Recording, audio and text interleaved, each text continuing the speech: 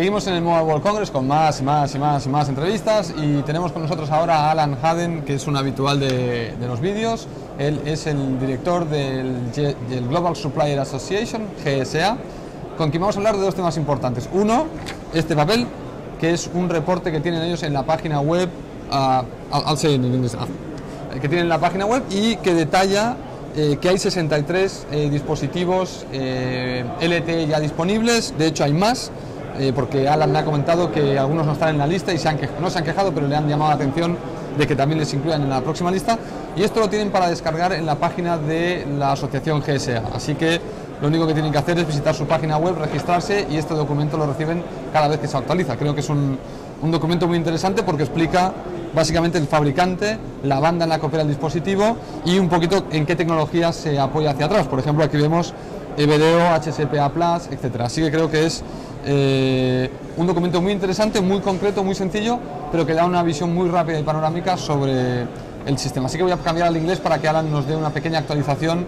de este chart que se publicó el 9 de febrero, como estamos a día 15, estamos a 15, estamos a día 15, ya tiene una pequeña actualización que Alan la tiene en la cabeza. Alan, I just was telling our audience that this is from February 9th, but that you already have kind of an update, because some companies contacted you and say, hey, we need to be on this list, we also have a product. So tell us what's happening with devices on the LTE space. Sure.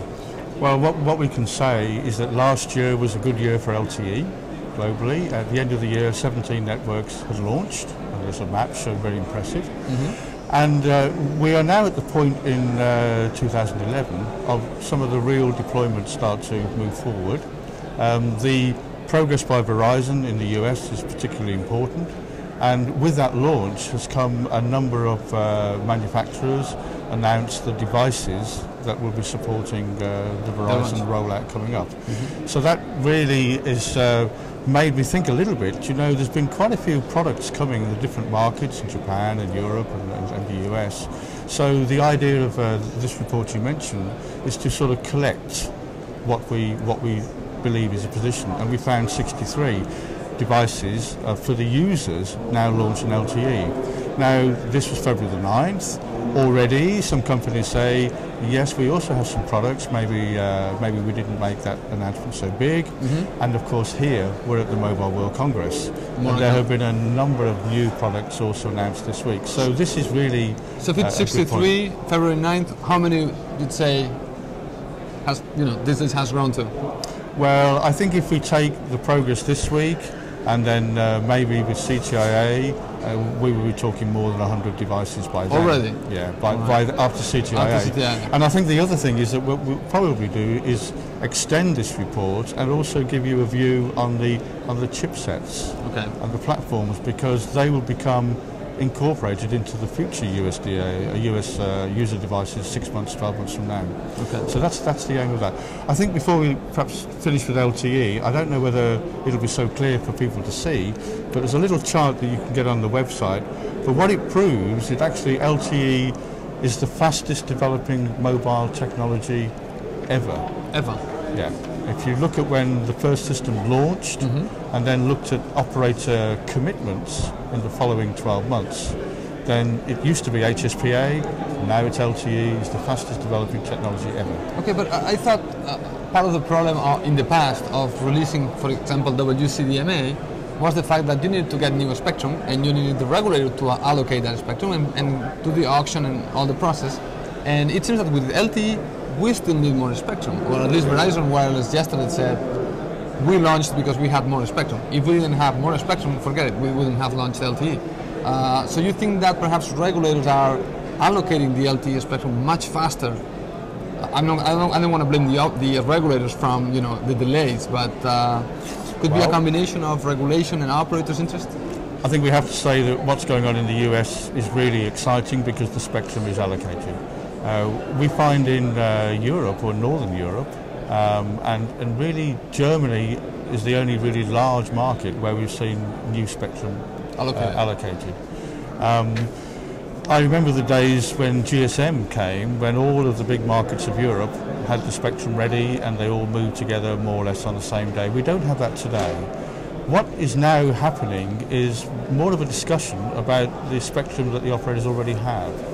And in that sense, in Europe and Asia, or Asia Pacific, the 1800 band is becoming interesting.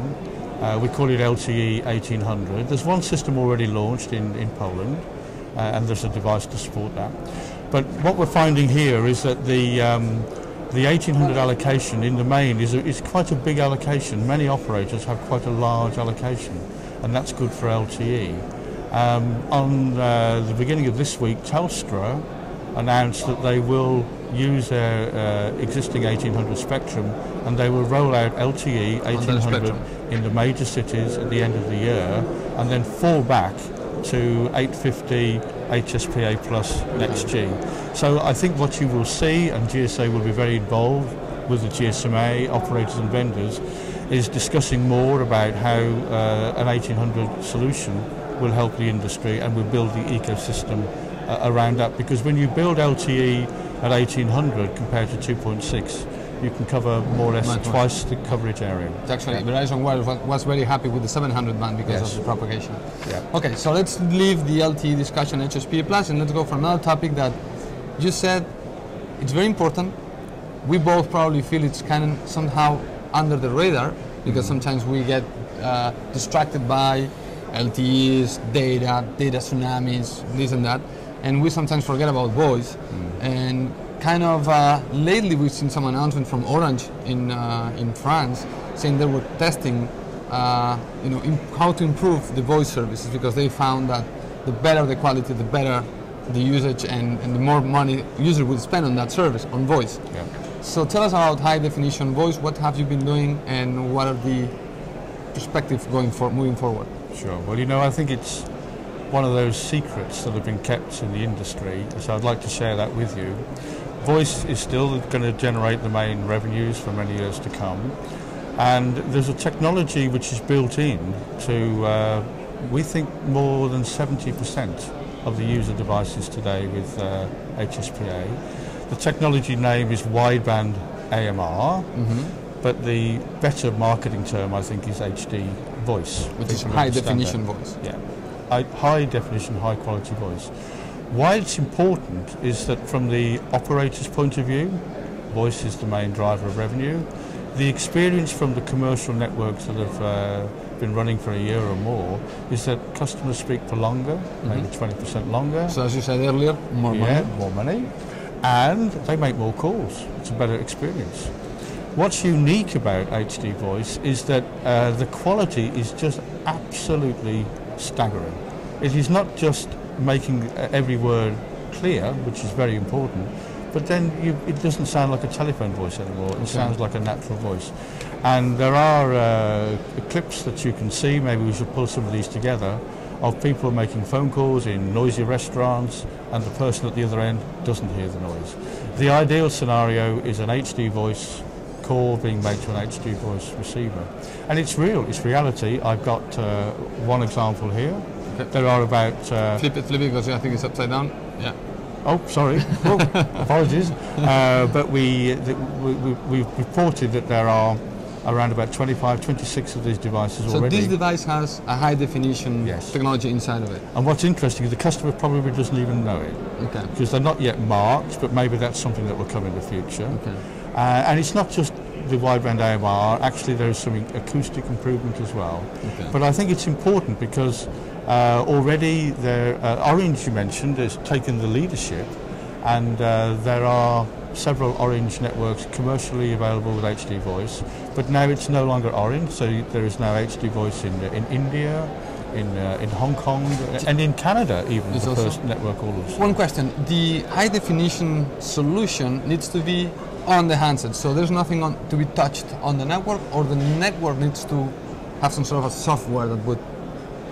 Okay, the modern equipment, more or less the capability is built into the network. It just has to be activated, but there are some things that the network operator would take care of to fully deploy. On the network side? Yeah, on the network side, but it's not a big deal. That's not a big investment or anything like that. And on the device side, some phones are already default ready, some have to be activated.